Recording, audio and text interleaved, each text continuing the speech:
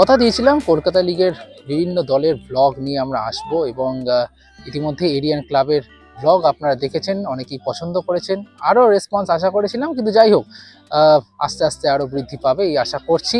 এবার আমরা যেখানে চলে এসেছি সেটা ময়দানের আঙ্গিকেই কার্যত গড়ে উঠেছে যে জায়গাটা, সেটা হলো রবীন্দ্র সরোবর স্টেডিয়াম। একসময় এই স্টেডিয়ামে গম গম করতে যখন আইএসএলে এটিকে খেলা হতো, কিন্তু তারপর থেকে বিভিন্ন কারণে এই মাঠে এখন আর সেভাবে খেলা হয় না, যদিও কন্যাশ্রী কাপ, কলকাতা লিগ সহ বেশ কিছু খেলা এখানে আয়োজিত হয়। এবং বিশেষ করে এই মাঠটা খুব স্পেশাল, তার কারণ বেশ কিছু দল এখানে কিন্তু অনুশীলন করে এবং তাদেরই মধ্যে একটি দল কালীঘাট মিলন সংঘ। তাদের অনুশীলনে আমরা চলে এলাম সকাল সকাল, আজকে চলে এলাম সকাল 8টা থেকে তাদের প্র্যাকটিস শুরু ছিল।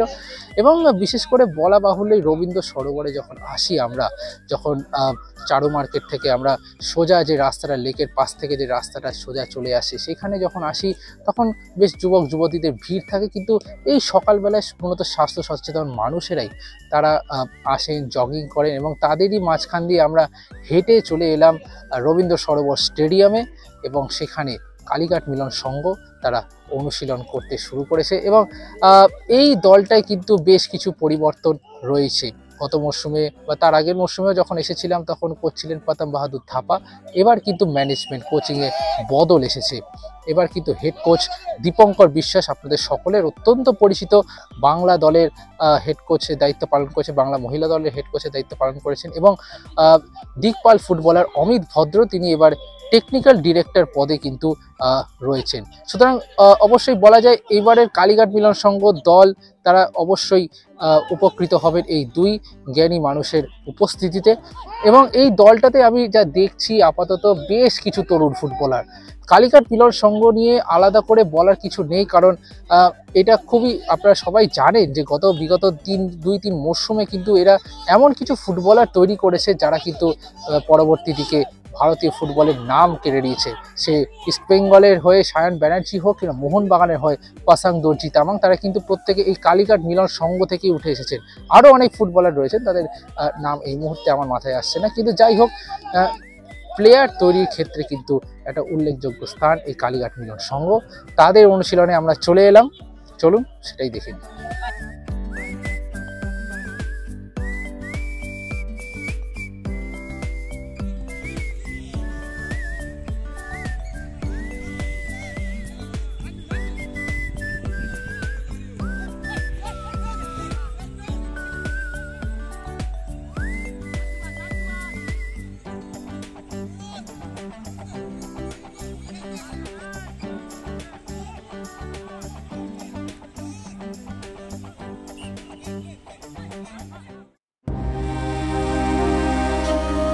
তুমি না থাকলে সকালটা এত তেতো হতো না।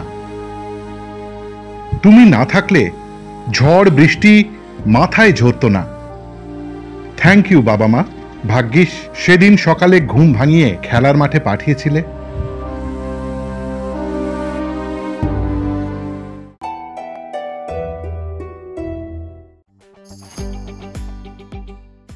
অবশেষে প্র্যাকটিস শেষ হলো কালীঘাট মিলন সংঘের। তারা কিন্তু দুবেলা প্র্যাকটিস করে, সকালেও করে এবং বিকেলেও করে, এবং সেই কারণে সকালে আজকে অল্প একটু প্র্যাকটিস হলো, 1 ঘন্টা মতোই তারা প্র্যাকটিস করলো। এন্ডুরেন্স ট্রেনিংই মূলত হয়েছে আজকে, ছোটো ছোটো বল পাসিং যেটা আপনারা দেখলেন সাধারণত, এবং একটা ছোট করে নিজেদের মধ্যে খেলা, এইটুকুই হয়েছে আজকে প্র্যাকটিস, এবং বিকেলে বাকি প্র্যাকটিসটা হবে। তো এবার কথা বলে নেব আমরা অবশ্যই কালীঘাট এমএসের কোচ দীপঙ্কর বিশ্বাস এবং টিডি অমিত ভদ্রের সাথে, এবং খেলোয়াড়দের সাথেও কথা বলবো, বিভিন্ন বিষয়ে কথা বলবো। এই কালীঘাট মিলন সংঘ যেখানে এটা ফ্যাক্টরি কার্যত বলা যায় প্রতিভা তৈরি, সেখানে দাঁড়িয়ে এবারে তাদের লক্ষ্য কি, আসুন জেনে নিই। দেখো, অমিত দাস এটা ইন্ট্রোডিউস করার জায়গা নেই। অমিত ভদ্র এক্স ইন্টারন্যাশনাল ফুটবলার, আমরা টিডি হিসেবে আমাদের সাথে আছে অমিত দা, এটা আমাদেরও সৌভাগ্য। অমিত দার মূল্যবান মতামত আমরা সবসময় পাচ্ছি। আমাদের গোলকিপার কোচ অমিত নন্দী, ও এক্স ইন্টারন্যাশনাল। সৈকত আমাদের ফিটনেস ট্রেনার, আর একজন ফিটনেস ট্রেনার আছে চিরঞ্জিত, ও ইভিনিংটা সামলায়, ও এখন সকালটা নেই। বাস্তব আমাদের মিডিয়া ম্যানেজার, প্রকাশ আমাদের অ্যাসিস্ট্যান্ট, সৌমেন আমাদের ফিজিও। দেখো, দলটা আমরা ওইভাবেই তৈরি করেছি যে আমাদের যে একটা থিম থাকে যে ইয়াংদের বেশি চান্স দাও, সেইভাবেই আমরা রেডি করেছি। বেশিরভাগই অপরিচিত মুখ, কিছু ছেলে পরিচিত আছে। কিছু বাইরের স্টেটেরও ছেলে এসছে, তাদের মধ্যেও ভালো কিছু ছেলে আছে, আশা করছি এরা ভালো খেলবে। তো ডেফিনেটলি ট্র্যাডিশন বজায় রাখবে কালীঘাট এমএস। 2-4টে ছেলে তো আশা করছি বড় টিমে যাবে। দেখো প্র্যাকটিস আমরা 7ই মে শুরু করেছি, আমরা প্ল্যান অনুযায়ী চলছে, আশা করছি আস্তে আস্তে আস্তে আস্তে আস্তে আস্তে পিকে যাবে। 25 তারিখ থেকে লিগ শুরু হবে, তার মধ্যে আমরা কিছু প্রস্তুতি ম্যাচ খেলবো। 28 তারিখ আমাদের প্রথম প্রস্তুতি ম্যাচ আছে। ঠিক আছে, আশা এখনো অবধি ঠিক আছে। আর ক্লাবের সাপোর্ট একটা বড় ব্যাপার, মানে বিশেষ করে আমাদের প্রেসিডেন্ট অজিত ব্যানার্জি and বাকি যারা সাপোর্ট স্টাফ আছে, অমিত, ওরা এখনো অবধি আমরা যা চেয়েছি একটাতেও না বলেনি। তো তাদের সীমাবদ্ধ সামর্থ্যের মধ্যেও তারা কিন্তু সবসময় বলেছে তোমরা এগিয়ে যাও, আমরা সাথে আছি। তো সেইভাবেই এখনো অবধি যা চেয়েছি তাই করেছি, কারণ আমাদের এখন মানে এই ইয়েতে প্রিমিয়ারে ধরো সুইমিং পুল সেশন চলছে, আমাদের আইস বাথ চলছে রেগুলার বেসিসে।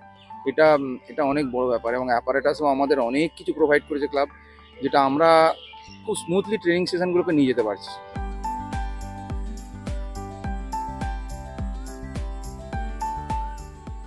ফার্স্ট আমার রোলটা হচ্ছে একেবারে জুনিয়র ফুটবলার। ফুটবলে একটা ডিসিপ্লিন লাগে, ফুটবলের যেহেতু এটা টিম গেম, মানে টিম বিল্ডিং একটা খুব ইম্পর্টেন্ট ব্যাপার। সেই টিম বিল্ডিং এবং টিমের মধ্যে একটা মানে যাকে বলে শৃঙ্খলা বা মেলবন্ধন, এইটা রাখাটাই হচ্ছে ইম্পর্টেন্ট। সবচেয়ে একটা অ্যাডভান্টেজ আছে যে এই টিমটার কোচ যে দীপঙ্কর আছে, আমি অনেক কোচই দেখেছি, ওর মধ্যে একটা ইন্টেলিজেন্স আছে, খুব ভালো ইন্টেলিজেন্স আছে। এর মধ্যে একটা সায়েন্টিফিক রিজন আছে, অ্যানালিটিক পাওয়ার খুব ভালো। অন্যান্য কোচ আমি দেখেছি অনেকদিন ধরেই কলকাতা মাঠে আছে। আশা করি যা আছে আমাদের কাছে, যা রিসোর্সেস আছে তার মধ্যে থেকে তাদের বরং আরও যতটা আছে তার থেকে আমাদের তাদের কোয়ালিটি ভালো করে আমরা বেস্টটাই নিয়ে নেব। তারপর আছে ম্যাচ রিডিংও আমি দেখেছি যে দীপঙ্করের খুব সুন্দর। এবার কিছুটা আছে খেলার ভাগ্য সহায় আছে, এইসব আছে, সেগুলো আসুক, সেগুলো যদি একটু ফেভার করে আমার মনে হয় টিম খুব ভালো জায়গায় এগোচ্ছে। খুব লিমিটেড ছেলে পেয়েছি, তাদের তৈরি করা অল্প সময়ের মধ্যে একটা টাফ ব্যাপার, আমি জানি টাফ ব্যাপার, কিন্তু আমাদের খুব বিশেষ করে আমাদের কোচেসটা এরা রেগুলার এটা নিয়ে অনেকটা ভাবনা চিন্তা করে করছে। কিন্তু এখনকার ছেলেদের মধ্যে একটা আমার দায়িত্ব ছেলেদের মধ্যে একটা মোটিভেশন আনা, যে ফুটবল যখন একটা সিজনে খেলবো সেই সময় যেন অন্য সব কিছুকে বাদ দিয়ে পার্টিকুলার এই ইয়ারে খেলছি, এই ইয়ারে কিভাবে একটা বছরের মধ্যে নিজেকে প্রতিষ্ঠিত করা যায়, এই মনোভাবটা ওদের মধ্যে ঢুকিয়ে দিতে পারলে আমি বুঝবো আমি সাকসেস, আদারওয়াইজ না।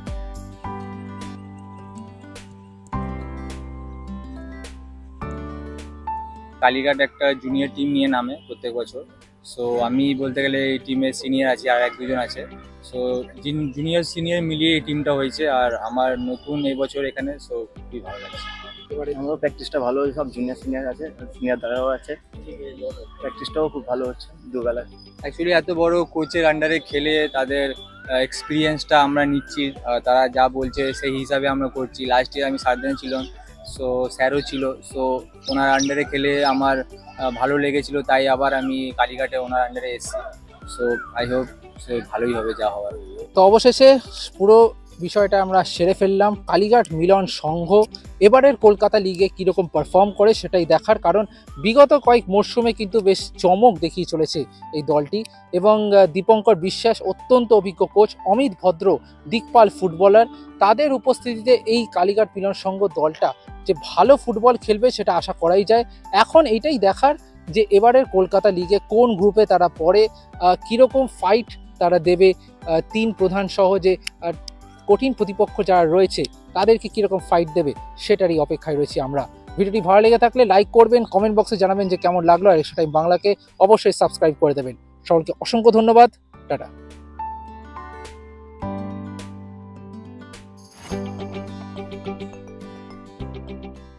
Extra time.